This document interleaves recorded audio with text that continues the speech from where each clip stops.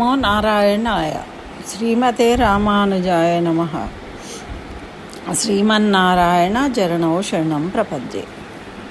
అందరికీ నమస్కారం అండి. మనము చక్కగా మా చిన్నమ్మ గారికి ఆత్మశాంతి కలిగి పరమపదం చేరాలని ప్రారంభించాము ఈ ముకుందమాల స్తోత్ర పారాయణం. అంటే కేవలం ఇదే కాదు, ఎవరైనా విన్నా చదివినా జీవన్ ముక్తి సాధన చేయవలే అనుకున్న వాళ్ళు దీన్ని పారాయణ చేయడం వల్ల మనకు అంత్యకాలములో ఆ పరమాళ్ళ పట్ల స్మరణ కలుగుతుంది. మనను ఉద్ధరింపజేయడం కోసం కులశేఖరాల వాళ్ళు అంటే తాను ఉద్ధరింపబడుతూ మన కోసము ఈ స్తోత్రాన్ని ఇచ్చారు. కాబట్టి దాన్ని ఈ సందర్భంగా నేను పారాయణం చేస్తూ ఉన్నాను. ఆమె చాలా ప్రపన్నురాలు. ఆమె ఎలాగూ మా చిన్నమ్మ పరమపదానికే వెళ్తుంది, కానీ ఏదో ఉడతా భక్తి, నేను నాకున్న అనుబంధము ప్రేమను తెలియపరచుకోవడం కోసము ఈ పారాయణము చేస్తూ ఉన్నాను ఈ చిన్న నోటితో. అయితే మనము ఈ ముకుందమాల స్తోత్రంలో ఏముందండి, ఇది పాదాలు పట్టుకో పాదాలు పట్టుకో పాదాలు పట్టుకో అని చెప్పడే కదా అనిపిస్తుంది. మరి భగవంతుడు ఏమంటాడు అంటే నా పాదాలు పట్టుకోమని చెప్పట్లేదు. అసలు మనం అనుకుంటున్నాం నిరంతరము మరి శ్రీమన్నారాయణ పాదాలు పట్టుకొని కూర్చుంటే ఈ సంసార భారం అంతా ఎవరు మోస్తారు అనే కదా మనకు అనుమానాలు వస్తాయి. మరి ఆ పరమాత్ముడు ఇచ్చిన ఈ శరీరము జన్మనిచ్చిన తల్లి, కానీ ఈ శరీర రూప నిర్మాణాలు అన్నీ ఆ భగవంతుని లీలనే కదా, భగవంతుడి కృప వలనే కదా మనకి ఈ శరీరము వచ్చింది. మరి ఈ దేహాన్ని మనము భగవత్ కైంకర్యం కోసము ఉపయోగించాలి. ఆ భగవంతుడిచ్చిన ఈ శరీరాన్ని ఉపయోగించుకొని మనము ముక్తి పొందే సాధనను చేయాలి. అయితే మనం ఏమంటాము, ఓడెక్కేదాకా ఓడమల్లయ్య గారు అంటాము, దిగిన తర్వాత బోడమల్లయ్య అనే పద్ధతి మనది. మంచిగా వచ్చి అన్ని సదుపాయాలు అన్నీ అనుభవిస్తూ ఈ సుఖభోగాల్లో పడి మర్చిపోతాము ఎవరు మనకి శరీరం ఇచ్చారు. మరి మంచి కళ్ళు ఇచ్చినందుకు మంచి దృశ్యాలు చూసి ఆనందపడుతున్నాము, చెవులు ఇచ్చినందుకు మంచి సంగీతం విని ఆనందపడుతూ ఉన్నాము, నోరు నాలుక ఇచ్చినందుకు మాట్లాడగలుగుతున్నాము, చక్కగా రుచులు తెలుసుకుంటూ ఉన్నాము, మరి ఆనందాన్ని అనుభవిస్తున్నాము ఈ శరీరంతో. మరి ఇటువంటి అన్నీ చేసినప్పుడు ఈ సుఖాలకు కారకుడైన మరి ఆ భగవంతుడిని మర్చిపోకుండా ఉండాలి. నువ్వు నిత్య నైమిత్తిక కర్మలు చేస్తూ ఆ భగవత్ కైంకర్య రూపంగా నువ్వు చెయ్యి అని చెప్పిండు. అంతేగాని మనం పాదాలు పట్టుకొనే కూర్చోండి స్మరించండి అని చెప్పలేదు. కానీ మనం ఏం చేస్తున్నాము, నిత్య నైమిత్తిక కర్మలు చేస్తూ ఉన్నాము, మర్చిపోతూ ఉన్నాము. మళ్ళీ రోజుకో 10 నిమిషాలు మనం పూజ చేస్తాము, షోడశోపచారను. లేకుంటే ఎటువంటి మానవుడైనా భారతదేశంలో పుట్టిన ప్రతి మానవుడు భగవంతుడిని నమ్ముతాడు. పైకి చెప్పినా చెప్పకపోయినా అంతర్గతంగా అయినా భగవంతుని పట్ల భక్తి అనేది ఉంటుంది. కనీసం ఒక ఫోటో కనిపిస్తే దానికి నమస్కరించుకోవడమైనా చేస్తాడు. అయితే షోడశోపచార పూజ చేశామండి, విష్ణు సహస్రనామ పారాయణం చేశానండి అని మనం గొప్పగా చెప్పుకుంటూ ఉంటాము. అదే కదా వద్దంటున్నాడు. నువ్వు భక్తితో చెయ్యి, చెప్పడం కోసం కాదు. మరి ఆ పూజ చేసినంతసేపు మనము ఆ 10 నిమిషాలు 24 గంటల్లో భగవంతుడిచ్చిన కాలంలో ఒక 10 నిమిషాలు పూజ చేస్తే ఆ 10 నిమిషాల్లో కూడా మనము దీపం వెలిగిస్తూ ఉంటాము. పాలవాడొచ్చాడు, స్టవ్ మీద పాలు వంగిపోయినాయి, ఎవరో వచ్చిండు, అయ్యో అది అక్కడ పడేయకు అని తలుపు కొడుతున్నారు ఎవరో అని ఇటువంటి వాటి మీద చిత్తాలు ఉంచుకుంటాం మనం. అంటే భగవంతుడు ఏమన్నాడు అంటే మనం చేసే క్రియలు ఏవైతున్నాయో వాటిలోనే నన్ను భావించి చేయండి అని చెప్తే, మనమేమో భగవంతునికి సపరేట్గా పూజ అని ఆ పూజను చేస్తూ కూడా నిత్య నైమిత్తిక కర్మల గురించి ఆలోచిస్తున్నాం. అంటే మనం భగవంతుడికి భక్తి ఎప్పుడు చూపించామండి? మనము గంటసేపు సత్యనారాయణ పూజ కూర్చుంటాము, అందులో ఆ మంత్రాలు చదువుతూనే ఉంటాడు, కథ చెప్తూనే ఉంటాడు. మనమేమో ఆ పాలవాడు వచ్చిండా చూసుకోండి, ఎవరో బంధువులు వచ్చిండ్రా బాగున్నారా అని పలకరించడం, ఇవే సరిపోతాయి. మనం ఎప్పుడండి స్థిరంగా మన ధ్యాసను భగవంతుడి మీద పెట్టింది? మనం అలా పెట్టలేము. మనకు క్షుద్బాధ ఉంటుంది, దానికోసం ఆరాటపడతాము. ఈ ధర్మార్థ కామాలు అనేవి ఉంటాయి, మోక్షానికే డైరెక్ట్ మనం పోలేము. కాబట్టి ఈ ధర్మ అర్థ కామాలను నా రూపంగా, నాకు కైంకర్య రూపంగా నువ్వు భావిస్తూ చేసుకోరా నాయన, ఆ పనులు చేసుకుంటూ కూడా నన్ను తలుచుకో అని చెప్పాడు. ఎంత సింపుల్ అండి. లాజిక్ మనం అర్థం చేసుకోలేకపోతున్నాము. అక్కడ పైసలు రాగానే మనమే సంపాదించాము, ఎంత కష్టపడ్డానండి నేను అంటాము. భగవంతుడు ఇచ్చాడరా. మనకి డబ్బులు లేక ఇబ్బంది పడినప్పుడు అమ్మ లక్ష్మీదేవి మాకు డబ్బులు ఇయ్యమ్మా అని స్తోత్రాలు చేస్తాం. అది మనం చేసే మందమతి అంటున్నాడు. అందుకే కులశేఖరాలు వాళ్ళు మనము మూర్ఖులము, ఎంత చెప్పినా మారట్లేదు. ఇక్కడ కూడా ఏమంటున్నారంటే, మనసుకు చెప్తూ ఉన్నావు కానీ మన ఇంద్రియ సుఖాలు కావాలంటున్నావు కదా నువ్వు, మరి ఇంద్రియాలను కట్టుబడేసుకోవాలి కదా నువ్వు. మరి ఇంద్రియాలకు ఎందుకు చెప్పలేకపోతున్నావు? నీ ఇంద్రియాలకు అంటుంది మనసు పెట్టినంత మాత్రాన కాదు కదా. మనసు లగ్నం చేద్దాము అంటే 10 మంది చెడ్డవాళ్ళు ఉన్నప్పుడు ఒక మంచివాడు ఉంటే ఆ మంచివాడు దుర్వ్యసనాలకు లోను కావడం ఈజీయే. కానీ 10 మంది మంచివాళ్ళు ఉన్నప్పటికీ ఒక దుర్మార్గుడు ఉంటే వాణ్ణి మంచిగా చేయడం అనేది సాధ్యం కాదట ఈ ప్రపంచంలో. చూడండి, అంటే మంచివాళ్ళు చెడిపోవడం సులభమే కానీ చెడుగా ఉన్న వాళ్ళను మంచిగా మార్చడం. రావణాసుడు మారిండా అండి? చివరి వరకు అవకాశం ఇచ్చినా మార్చుకోలేదు బుద్ధి. అలా ఉంటుంది ఆ చెడు దుష్టత్వము అనేది. మరి మనసు నేను చిత్తం మంచిగా పెట్టుకుంటా అంతా వేస్తా, కానీ ఇంద్రియాలు ఉన్నాయి కదా, ఇవన్నీ నన్ను ప్రేరేపించి తీసుకుపోతూ ఉంటాయి. మరి నమ్మాళ్ళ వార్లే అన్నారట స్వామితోని, స్వామి నువ్వు ధర్మ సాధన చేసినావు కదా, ఇంకేం కావాలని కోరుకుంటున్నావు అని అడిగిండ్రట. అంటే నన్ను తీసుకువెళ్ళు నీ దగ్గరికి వైకుంఠానికి, నేను ఇక్కడ ఉండను అన్నారట. అంటే ఎందుకు అంటే పోయే కాలంలో ఇంకా వ్యాధులు వస్తాయి, దుర్వ్యసనాలు అలవాటు అవుతాయి, దుష్టుల చేత నేను మోసగింపబడతా, నేను చెడిపోయే అవకాశం ఉన్నది, ఇక్కడనే ఉంటే కనుక అన్నారట. అంటే అంత తీవ్రమైన భక్తి ప్రపత్తి చేసిన నమ్మాళ్ళ వాళ్ళు కూడా ఇక్కడ ఉన్న జనాలతోని నేను ఇక్కడే ఉంటే ఇంకా నేను చెడిపోతానేమో అనే భయం కలిగింది.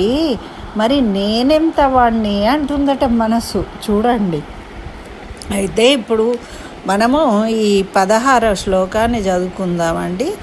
అంటే మనము తెలుసుకుంటున్న కొద్దీ, అంటే తవ్విన కొద్దీ నీరు ఊరినట్టు ఇందులో అమృతము అనే మాధుర్యాన్ని మనము పొందగలుగుతామన్నమాట.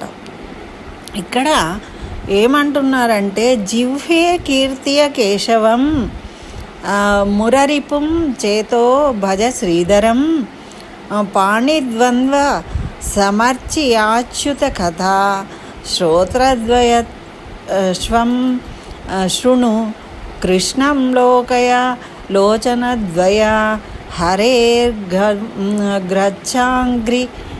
యుగ్మాం లయం జీఘ్రగ్రాణముకుంద పాదతులసీం మూర్ధన్నమాదోక్షజం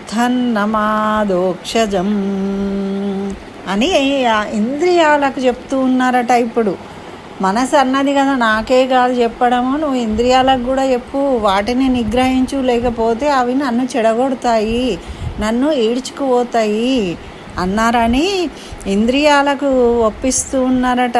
ఏమంటున్నారో, జివ్వే జిహ్వే కీర్తయ కేశవం మురరిపుం చేతో భజ శ్రీధరం పాణిద్వంద్వసమర్చయాచ్యుత కథా శ్రోత్రద్వయత్వం శృణు కృష్ణం లోకయలోచనద్వయ హరేర్గచ్చాంగ్రియుగ్మాం లయం జీఘ్రగ్రాణముకుందపాదతులసీం మూర్తన్నమాధోక్షజం. ఇదండి శ్లోకము. చూడండి ఎంత బాగుంది. జివ్వే కీర్తయ కేశవము, ఓ నాలుక నువ్వు కేశవుణ్ణి కీర్తించు. మరి చేత భజ శ్రీధరం, పాణిద్వంద్వ రెండు చేతులు కలిపి చక్కగా భజించు శ్రీధరుణ్ణి. మరి సమచయాచ్యుత కథ శ్రోత్రద్వయ, ఓ చెవులారా చక్కగా అచ్యుతుని కథలు వినండి, వేరే మాటలు వినకండి. త్వం శృణు కృష్ణం లోచనద్వయ, ఓ కళ్ళ జంట నువ్వు ఆ కమలముల వంటి పాదాలను వీక్షించు, వేరే వాటిని చూడకు. హరే చంద్రాంగి యుగ్మాలయం, అక్కడే కేంద్రీకరించుకొని దృష్టిని వేరే దిక్కు పోనీయకు. జీగ్రగ్రాణ ముకుంద పాద తులసి, మా పాదాల మీద తులసి దళం ఉంచాం కదా, ఆ తులసి యొక్క వాసనను ఆఘ్రాణించు ఓ నాసిక. అంటే ఎప్పుడూ మనము అక్కడ పాదాక్రాంతులమై శరణాగతి చేస్తూ ఉండండి. నువ్వు పాదాలను చూడు, విష్ణు కథలు విను, వేరే వాటికి వెళ్ళకండి. మనసును మురరిపు, మురాసురునికి శత్రువైన విష్ణువును స్మరించు మనసా అని ఇలా ప్రతి ఒక్క ఇంద్రియాన్ని కూడా ప్రార్థిస్తూ ఉన్నారు, చెప్తూ ఉన్నారు. మరి ఏమంటున్నారట స్వామి, ఏమంటున్నాడు? పాపులను చూడవద్దు, భగవత్ సంబంధం లేని వారిని కలవవద్దు, విడిచిపెట్టాలి. మరి భగవంతుని ద్వేషించు వారిని స్మరించవద్దు, ప్రతి జన్మలోనూ నాపై కైంకర్యము లేక ఉండకూడదు. మరి ఇవన్నీ కోరినవు. ఇప్పుడు కులశేఖరాల వాళ్ళు కోరుకునేది ఏంటిది? ఆ స్వామిని నాకు ఇవన్నీ రాకుండా నువ్వే కాపాడాలి అంటున్నారు. నేను జయించలేకపోతున్నాను వీటన్నిటినీ, కాబట్టి నాకు వేరే కథలు వినబడొద్దు, విష్ణు కథలే వినబడాలి, నీ పాదాలే కనబడాలి, పాపులకు చూడకుండా దూరంగా ఉండేటట్టు నన్ను అనుగ్రహించు, ఇవన్నిటికీ నువ్వే నన్ను రక్షించాలి. వీటన్నిటి నుండి ఈ శత్రువులు, రిపులు అంటే శత్రువులు, మురరిపు అంటే మురారి అయిండు. అయితే మరి నువ్వు శత్రువులను ఎలా పారదోలినవో ఆ విధంగా నాకున్న ఈ శత్రువులన్నిటిని కూడా నాకు దగ్గరికి జరి చేరకుండా నువ్వు ఉండమన్నావు కదా. మరి ఇంకా ఏం కావాలి నీకు అని అడిగితే సర్వేంద్రియాల చేత మనోబుద్ధుల చేత సుఖం కావాలి. మరి సుఖం ఎప్పుడు వస్తుంది? సత్వగుణం కలిగినప్పుడు సుఖము ఆనందము ఉంటుంది. మనం ఎప్పుడైతే రజోగుణాన్ని పొందుతామో అప్పుడు ద్వేషము, కోపము, ఆశ, నిరాశ, దురాశ ఇలాంటివన్నీ ప్రేరేపితమై మనము సుఖంగా ఉండలేము. ఎన్ని ఉన్నా కూడా మనము ఆనందించలేము. మరి నాకు అటువంటి సుఖం కావాలి అంటే మరి అప్పుడు ఇంద్రియాలను ప్రార్థించు. నువ్వు నన్ను ప్రార్థిస్తున్నావేంటిది? నీ ఇంద్రియాలను నువ్వు కట్టుబడేసుకో అన్నారట స్వామి. అప్పుడు ఇంకేం చేస్తారండి? మరి నువ్వు నీ ఇంద్రియాలు నీ చేతిలో ఉండాలి కదా. మరి నీ ఇంద్రియాల కోసము నువ్వు ప్రార్థించు, నన్ను అడుగుతున్నావేంటి అంటున్నారట. మరి సర్వకాల సర్వావస్థలయందు ఉండాలి అంటే నువ్వు ఇంద్రియ నిగ్రహం కలిగి ఉండాలి. మరి ఇంద్రియ నిగ్రహం కలిగి ఉండాలి అంటే ఇంద్రియాలను ప్రార్థించాలి. ఒక మనసును భక్తిగా ఉండు అంటే సరిపోదు. అంటే ఈ విధంగా మన కులశేఖరాల వాళ్ళు ఇంద్రియాలకు చెప్తూ ఉన్నారు. మరి ఇంద్రియాలను ప్రార్థిస్తూ ఉన్నారన్నమాట. మరి ప్రమాదములైన ఇంద్రియాలు ఇవి, మరి మనసు నేర్చుకుపోతాయి. కాబట్టి వాటిని ప్రార్థించి వాటిని నిగ్రహంగా ఉంచుకో. చెడును చూడవద్దు, చెడును వినవద్దు. నువ్వు మంచి కథలు విను, విష్ణు కథలు విను, విష్ణు పాదాలను చూడు, విష్ణు తులసిని ఆ వాసన చూడు, ఇవి చెప్పు వాటికి కూడా అంటున్నారు. అంటే వీళ్ళు ఏమంటున్నారంటే, మరి ఇవన్నీ చేస్తూ ఉన్నావు కదా, మరి ఇంద్రియాలకు బోధిస్తూ ఉన్నావు కదా, మరి వింటాయా అవి? ఆ ఇంద్రియ నిగ్రహం కలుగుతుందా మరి అంటే మానవ ప్రయత్నం మనం చేయాలి కదా. చెప్తూ ఉన్నా కూడా వినని వాళ్ళు ఉంటారు జనులల్లో. అంటే ఇప్పుడు ఈ ఇంద్రియాలే మనకు కూడా చెప్తూ ఉన్నారు, ఇంద్రియాలకు చెప్పినట్టు. అయితే ఈ శ్లోకంలో తెలియజేస్తూ ఉన్నారు, హే లోక శృణత ప్రసూతి మరణ వ్యాధేశ్చికిత్సా మిమాం యోగజ్ఞా సముదాహరంతి మునయో యాం యాజ్ఞవల్కాయ దయాః అంతర్జ్యోతిరమేయమేకమమృతం కృష్ణాఖ్యమాపీయుతాం తత్పీతం పరమౌషధం విదమదే నిర్వాణమాత్యంతికం. హే లోకా శృణతు ప్రసూతి మరణ వ్యాధేశ్చికిత్సాట మిమాం యోగజ్ఞా సముదాహరంతి మునయో యాం యాజ్ఞవల్క్యాదయః అంతర్జ్యోతిరమేయమేకమమృతం కృష్ణాఖ్యమాపీయుతాం తత్పీతం పరమౌషధం విదమతే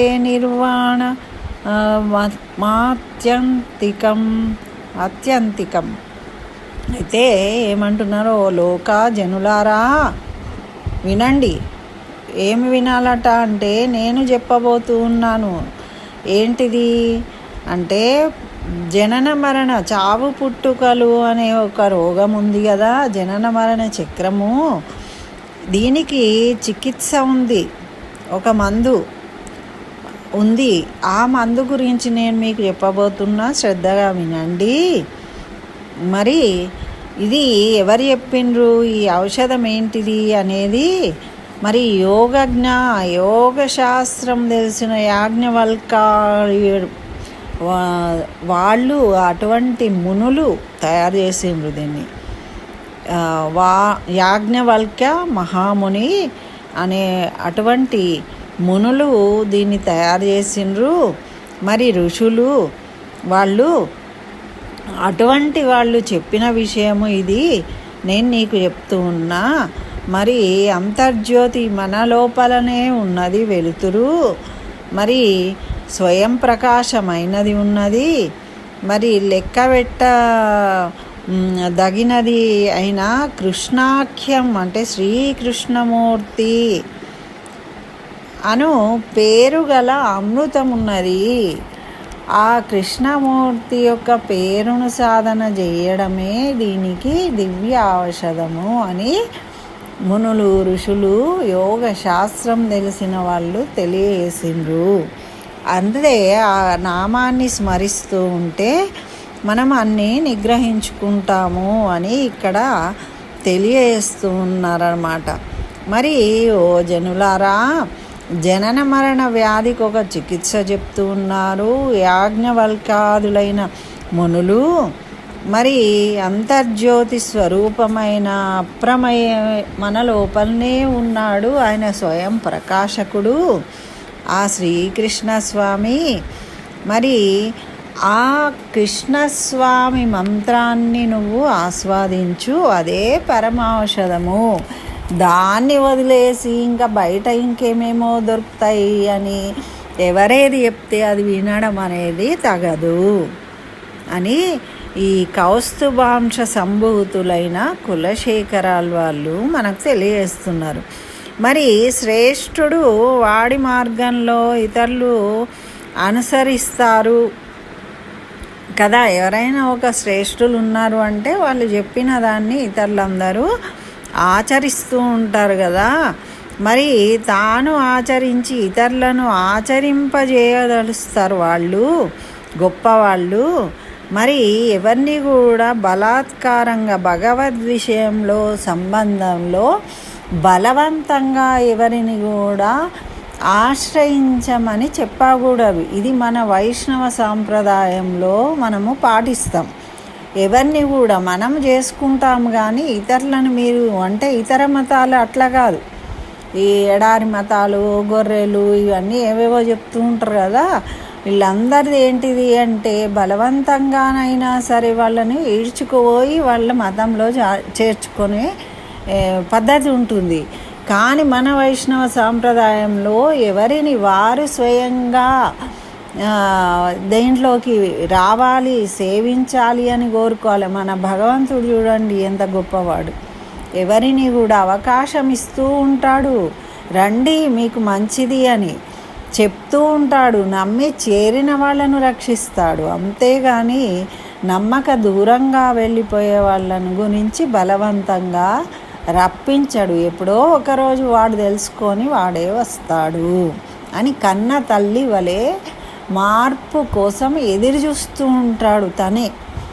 పిల్లలు మంచివాళ్ళు అవుతారులే, ఇవాళ బుద్ధి లేదు వాడికి, కొన్ని రోజులైనాక వాడు పద్ధతి మార్చుకొని మంచివాడు అవుతాడు అని ఆ భగవంతుడిని కోరుకుంటుంది తల్లి, కానీ శిక్షించదు.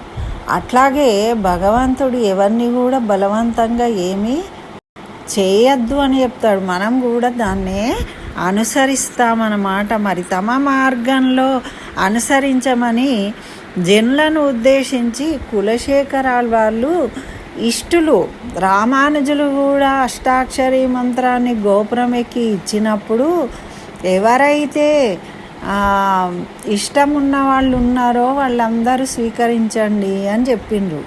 అంతేగాని అందరూ తప్పకుండా స్వీకరించాలి, దీన్ని ఉద్ధరించాలి అని ప్రయత్నం చేయలేదు. అది మన వైష్ణవ సాంప్రదాయం యొక్క ముఖ్యమైన విషయం అన్నమాట. అందుకే మనము ఎవరితోని కూడా మీరు పాటించండి అని చెప్పాము. అట్లా ఆహా అట్టి ఔషధం ఉన్నదా మరి, అయితే ఈ బహు సంతోషం మాకు, దాన్ని కనిపెట్టిన వైద్యుని పేరేంటిది, మరి అది పొందడానికి యోగ్యత ఏంటిది అంటున్నారట జనులు.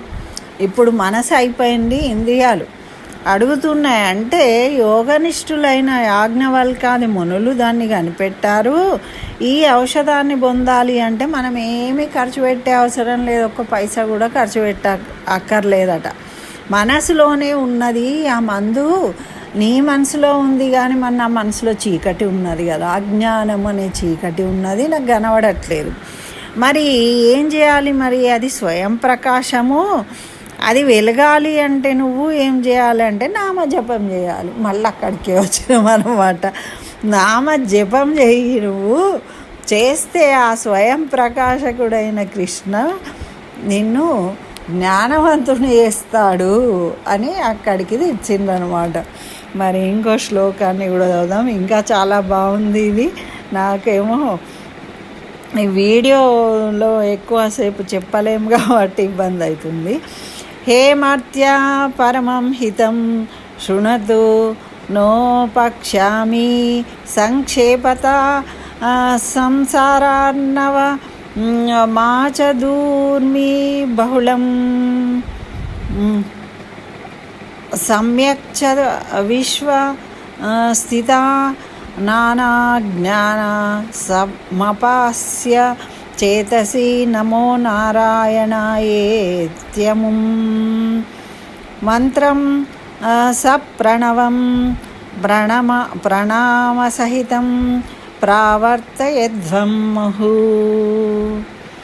ఓహే మర్త్యా పరమం హితం శృణుత ఓ వక్ష్యామి సంక్షేపత సంసారార్ణవ మాపదూర్మి బహుళం సమ్యక్ చ సమ్యక్స్ర విశ్వస్థితాః నానాజ్ఞానమపాస్య చేతసి నమో నారాయణాయేత్యముం మంత్రం ప్రప్రణవం ప్రణామసహితం ప్రావర్తేధ్వం ముహు.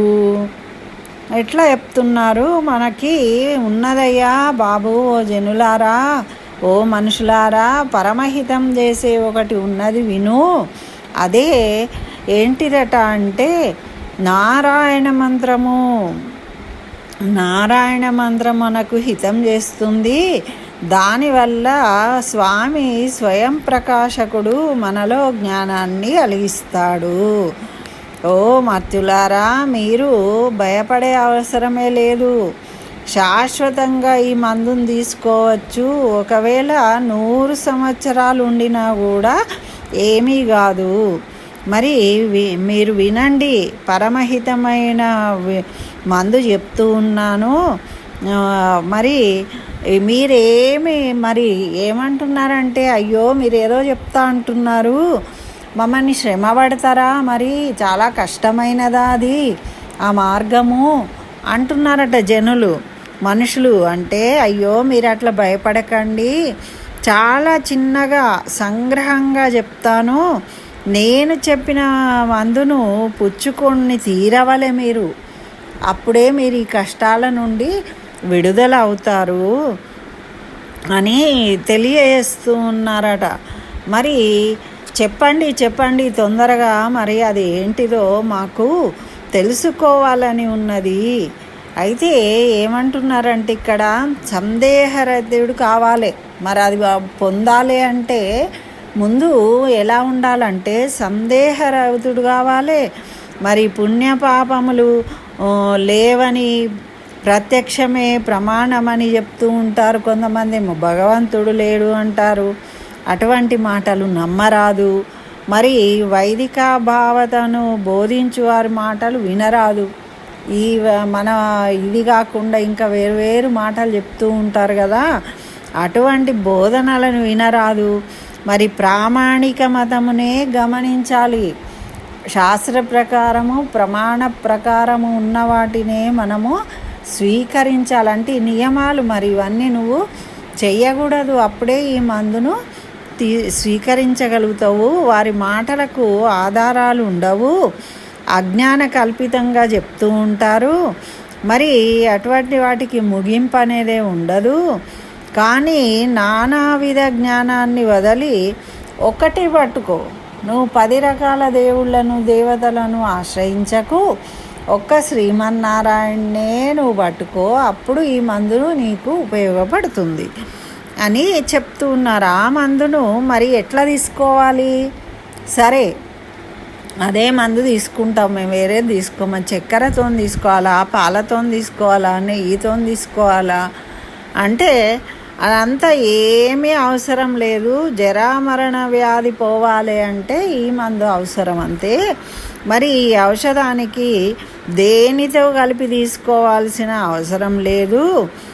ఓం అనే ప్రణవాన్ని కలిపి తీసుకోవాలి అంతే.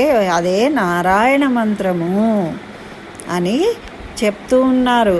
మరి ఆ నారాయణ మంత్రాన్ని భక్తితో కూడునేని విశేషమవుతుంది.